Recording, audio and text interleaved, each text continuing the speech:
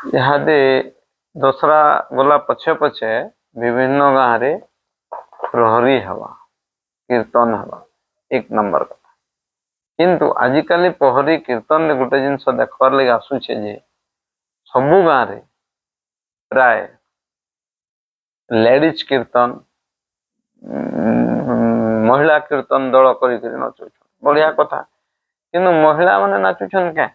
ନାଇଁ, ଛୋଟ ଛୋଟ ଛୁଆ ମାନେ ପଞ୍ଚମରୁ ଦଶମ ଶ୍ରେଣୀ ଭିତରେ ହେଇଥିବେ, ପଢା ଲେଖା ଛାଡିକରି। ଆଚ୍ଛା, ଯେନ୍ ଛୁଆ ମାନଙ୍କ ଇ କୀର୍ତ୍ତନ ନାଚୁଛନ୍ ତାଙ୍କର ମା ବାପାକେ ମୁଁ ଏଇଟା କହୁଛେ, ମୋର ମେସେଜଟା ଯେ ତମେ ଯେନ୍ଟା କରୁଛ କୀର୍ତ୍ତନ ତମେ ନାଚନ, ତମର ମିସେସ କେ ବି ନଚ, ଛୁଆ ମାନଙ୍କୁ ନଚାବାର ମାନେ ନା ଏମାନଙ୍କର ପାଖେ ଭକ୍ତି ରହୁଛି ନା ଭାବ ରହୁଛି ନା କାଣା ରହୁଛି। ବେକାରଟାକେ ତାଙ୍କର ପଢା ଟାଇମରେ, ଟ୍ୟୁସନ ଟାଇମରେ, ସ୍କୁଲ ଟାଇମ ଛାଡିକିରି ପ୍ରହରୀ ନାଚି ଆଉଛନ୍, 3 ଘଣ୍ଟା ହଇରାଣ ହଉଛନ୍, ଖାଉଛନ୍ ପିଉଛନ୍, ଘରକେ ଯାଉଛନ୍, କି ଲାଭବାନ ହଉଛି?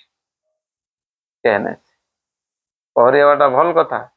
ମୁଇଁ ଗଁଲିଆ ଲୋକଟେ ବୋଲିକରି କହୁଛେ ଯେ କୌଣସି ବି ଟାଉନରେ ପ୍ରହରୀ ହଉଛେ, ଠିକ କଥା।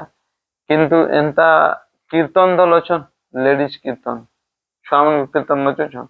ଆମକୁ ଗଁଲିଆ ମାନଙ୍କୁ ଖାଲି ବୋଲବମ୍, କୀର୍ତ୍ତନ, ଡଣ କର୍ମା, କିନ୍ତୁ କେନ୍ ବୟସେ କରବ?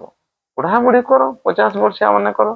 ଛୋଟ ଛୋଟ ଛୁଆଙ୍କ ପଢାପଢିକେ ଡିଷ୍ଟର୍ବ କରିକରି କୀର୍ତ୍ତନ ନଚାବାରଟା ତାଙ୍କର ଭବିଷ୍ୟତ ଏଟା ଧ୍ୱଂସ କରୁଛି ହେଲା। ତେଣୁ ମୋର ଅନୁରୋଧ, କୀର୍ତ୍ତନ ହଉ, କୀର୍ତ୍ତନକେ ମୁଇଁ ବିରୋଧ ନାଇଁ କର, କିନ୍ତୁ ମା ବାପା ମାନେ କର, ଛୁଆ ମାନଙ୍କୁ ଟିକେ ସ୍କୁଲ ଫୁଲ ଯାଅ, ଟ୍ୟୁସନ ଫ୍ୟୁସନ ପଢାବାର ଟାଇମ ଦିଅ, ତାଙ୍କର ଭବିଷ୍ୟତ ନଷ୍ଟ କଲେ ଆମେ କି? ତେଣୁ